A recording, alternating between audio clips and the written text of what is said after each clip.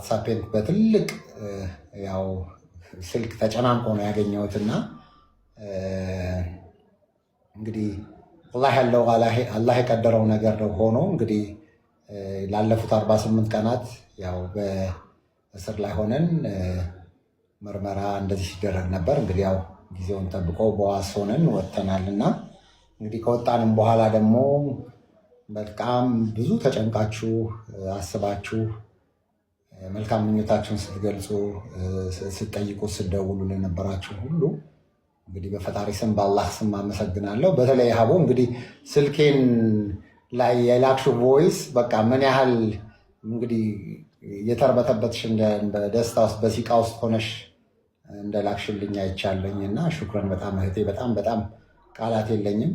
እንግዲህ በተረፈም እንግዲህ ያው በዚሁ አጋጣሚም ደግሞ ለተበደሉ ለተጎዱ ወገኖቻችሁ እንግዲህ አላህ ሐቃቸውን ፈጣሪ ሐቃቸውን ያውጣላቸው። በምንም እንግዲህ ሁሌም ከነዚህ ከተጎዱት ወገኖቻችንም ጎን መሆናችንም ያው ጎን መሆኔንም በዚሁ አጋጣሚ መግለጽ እፈልጋለሁኝ። እንግዲህ ይህን ይመስላል ሀቡዬ።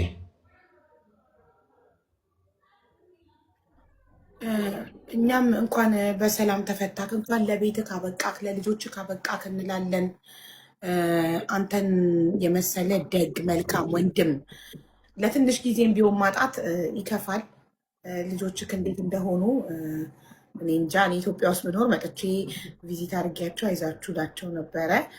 ግን አሁን ዋናው አንተ በሰላም መውጣትህ ነው። አልሐምዱሊላ እንኳን ሰላም ወጣህ። በጣም ነው የምናመሰግነው ስለምታደርገው መልካም ስራ እናመሰግናለን በጣም እና ሁላችሁም እንኳን ሰላም ለቤትህ ለልጆችህ አበቃህ በሉት። ሁላችሁም ያው መጥተውም ገብተውም እንግዲህ እንኳን ደህና መጣህ ማለት ከፈለጉም ያው ሁሉም ሰው ቤቱን ክፍት አድርጊላቸው።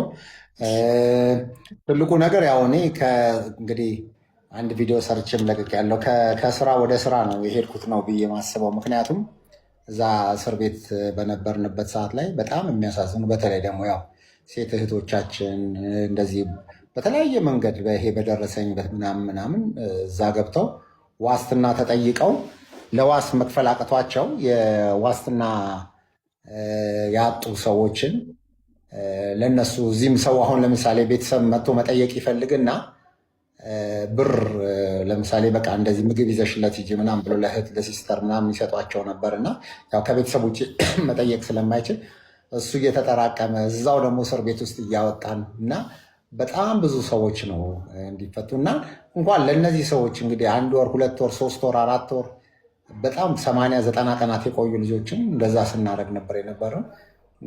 ሌላ ደግሞ እዛው ሆነው ደግሞ ጠያቂ የሌላቸው ሰዎች አሉና ለእነዚህ ሰዎች ከሆነ እንኳንም አንዳንድ ጊዜ በዛ ቦታ ላይ መጣሁ የምትይበት ነገር ነው የነበረውና አልሐምዱሊላ እኔ እንደ እስር አላየሁትም።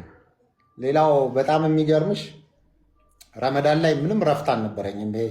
በቀን 2 ሰዓት 3 ሰዓት ነበር የምተኛውና ረመዳን ላይ በየቀኑ እዚህ 1000 ሰዎች የሚያፈጥሩ ምናምን ነበሩና እነሱ በቃ አድርገን ከዛ በቃ ሁሉ ጊዜ ረፍት የለኝም ድካም። ያው እንደምታውቂው አንቺ ሶሻል ሚዲያ ላይ ሆነሽ እንግዲህ ታውቂዋለሽ ሁሉ ጊዜ በሰዎች ጉዳይ ላይ ስትሮጪ እና ወላሂ አላህን የጠየኩት ነገር እንደው በቃ 1 ወር 2 ወር እንደዚህ እርፍ ሄጄ የምተኛበት እንቅልፍ የምተኛበት ስልክ የሌለበት ምን የሆነ ሞምባሳ ወይ ምናምን እንደዚህ ሆኖ ወይ ቻይና ሄጅ ከዛ ኡምራ መሄድ እንፈለኩ። ያው ኡምራ መሄድ ደግሞ ሰው አገኛለሁ እንደዚህ ነው ምናምን ብዬ በጣም እንትን አደርግ ነበር። ምንድነው ስሙ አረግ ነበርና ወላሂ ልክ እንደሱ ስልክ የሌለበት እንደሌለበት በቃ ምተኛበት ብቻ ቦታ እንደዚህ ሄዶና በቃ ጠዋት ማይቀሰቅሰኝ ሰው የሌለበት እንደዚህ ቢሆን ብዬ እንደዚህ ጠየቁኝ። እንግዲህ አላህ ነገር በቃ ያ አላህ የቀደረው ቦታ እዚህ ነው እና ያው በቃ እንግዲህ ለኔ እንደ ምንድነው ኡህሩጅ ሆኖ ነው ያገኘሁት። በቃ ይሄ ሄደሽ የምትገቢበት ቦታና ያው እንደዛ ነው እና በቃ ረፍት ነበር እና ፈጣሪ የጠየኩት ልክ እንደዛ ባልኩት በማግስቱ ቀን በቃ ገባ። እንግዲህ አንዳንድ ጊዜ ይኸውልሽ ፈጣሪ ያዘጋጀው ቦታ ያ ሆኖ ነው እንግዲህ ለማረፍ ነው ማለት ነው። ፈጣሪ እረፍት ትንሽ ስለሚያስፈልገ ስራክ በጣም ስትረስ ስለሆነ ስልክ ከረፍት ስለሌለው በጣም የብዙ የምስኪኖች የድሆች የጎዳና ልጆች ወንድም አባት ነህ እና እረፍት ያስፈልግሃል ብሎ ፈጣሪ እና እረፍ አለክና ትንሽ አርፈህ ሪፍሬሽ አድርገህ መጥተሃል። እንኳን ደህና መጣክ ማለት የምትፈልጉ ገስቱን ከከፈትኩት ሁሉም ስለሚልክ ጋይስ መግባት የምትፈልጉ ሰዎች ኮመንት ላይ አስገብኝ ስትሉ ኢንቫይት አደርጋችኋለሁ። በቂ ገብቷል። ሌዲስ ፈርስት ሪምሻ ቅደሚ መጀመሪያ ለሴቶች እንኳን ደህና ወጣክ ወንድም ካሊድ። እንኳን አላህ ነጃ ያለት። ደስ ብሎኛል ስላየሁት።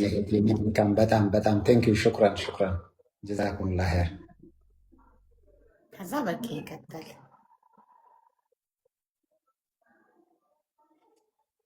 በቂ ሰላም እንዴት ናችሁ? በጣም ይቅርታሽ ጫጫታ ውስጥ ነው ያለሁትኝና ወንድም ካሊድ እንኳን ለዚህ አበቃክ። እዚሁ ኢትዮጵያ ስለሆንኩኝ እኔ በአካል መጥቼ በደንብ እንኳን ደህና መጣክ እልሃለሁ። መጥቼ ነበር ግን ምንም ኢንፎርሜሽን ማግኘት አልቻልንም ነበር። በጣም ይቅርታ። በጣም ደስ ብሎ